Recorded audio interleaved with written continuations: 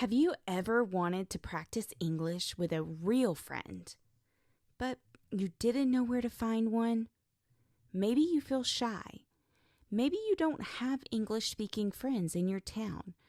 Or maybe you tried before and just gave up. Today, I'll share the story of Sam, a learner just like you, who started with 0 English-speaking friends and ended up making amazing friendships online while practicing English every single day. Along the way, I'll give you step-by-step tips, useful phrases, and vocabulary you can use immediately to find and keep friends online for English practice. Let's begin. Sam lived in a small town. He loved English movies, English music, and English YouTube videos. But there was a problem. He had no one to talk to. At school, his classmates didn't care about English. At home, his family only spoke his native language. And when he tried to practice alone, he felt bored. One night, Sam thought, if I can't find friends around me, maybe I can find them online. That was the moment everything changed. Sam started searching. He discovered 3 main ways to find English-speaking friends. The first one was a language exchange app. Apps like HelloTalk, Tandem, or Speaky. You find someone who wants to learn your language and you help each other. The second is social media communities. Facebook groups, Reddit communities, and Discord servers. For example, English Learners Group or Language Exchange Community. The third one is a hobby-based community. Online groups about gaming, books, music, or travel. Sam joined a travel lovers group where people spoke English. Now, here's a tip for you. Choose a community that you enjoy. Friendship grows faster when you share the same interests. Sam found a girl named Emma from Canada on a language exchange app. He thought, what do I say? I don't want to sound boring. He sent a simple, polite message. Hi, Emma. Nice to meet you. I'm learning English, and I'd love to practice. I can also help you with Spanish if you want. Emma replied, Hi, Sam. Sure, that sounds great. I'd love to practice Spanish too. Here are some useful phrases for starting conversation. You could say things like, Hi, I'm learning English and I'd like to practice. Can we chat? It would be great to exchange languages. I can help you with Spanish. Or insert your language there. How about I joined the group because I love whatever topic that you love. Do you like it too? The key is be friendly, not pushy.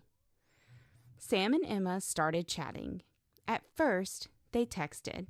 Later, they tried voice messages. They made some simple rules. 30 minutes in English, 30 minutes in Spanish. Be patient and correct each other politely. Don't focus on mistakes too much. Focus on communication. Here's some practice ideas. 1. Daily chat. Send 1 short message every day about your life. 2. Voice notes. Practice pronunciation and listening. 3. Video call once a week. Real-time practice builds confidence. 4. Topic of the day. Choose a subject like food, travel, or hobbies. Emma taught Sam new words like rain check, which is to postpone, and hang out, which is to spend time together. Sam taught Emma words in Spanish. It became fun, not homework. Over time, Sam and Emma became good friends. They didn't just practice English and Spanish. They shared stories, dreams, and even supported each other during difficult times. Sam realized something important. When you practice English with a real friend, it doesn't feel like studying. It feels like living. Now, here's some friendship vocabulary and expressions we can go over. Catch up is to talk after some time apart. What have you been up to? Asking about someone's recent life. That sounds awesome.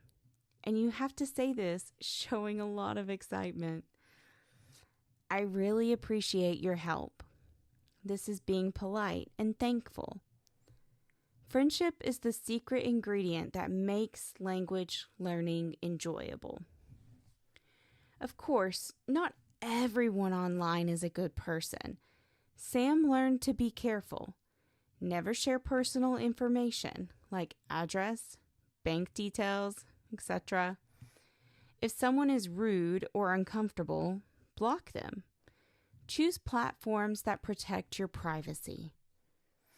Safety phrases like, I prefer to keep personal details private, or, sorry, I'm not comfortable sharing that. Your safety is always first. So just keep that in mind. Months later, Sam's English improved dramatically. He could speak more fluently. His pronunciation was clearer, and most importantly, he felt confident. He wasn't learning English alone anymore. He was learning with friends. One day, Emma told him, Sam, when I first met you, your English was good, but now you sound natural. Sam smiled. He realized that making friends online wasn't just about learning English. It was about connecting with people around the world. And here's the lesson for you. If you can't find English speakers around you, look online. Be brave. Send the first message. Be patient. Build real friendships. And practice a little every day. Now, on to our daily challenge. Think of one hobby you love. Gaming, music, cooking, or maybe even travel. Search online for an English community about that hobby and introduce yourself. In the comments below, tell me, where would you like to find your first English-speaking friend? I'll give you tips on how to start. And if this story inspired you, don't forget to like, subscribe, and share this video with others who also want to practice English. Because the best way to learn is not alone. It's with friends. We'll see you next time.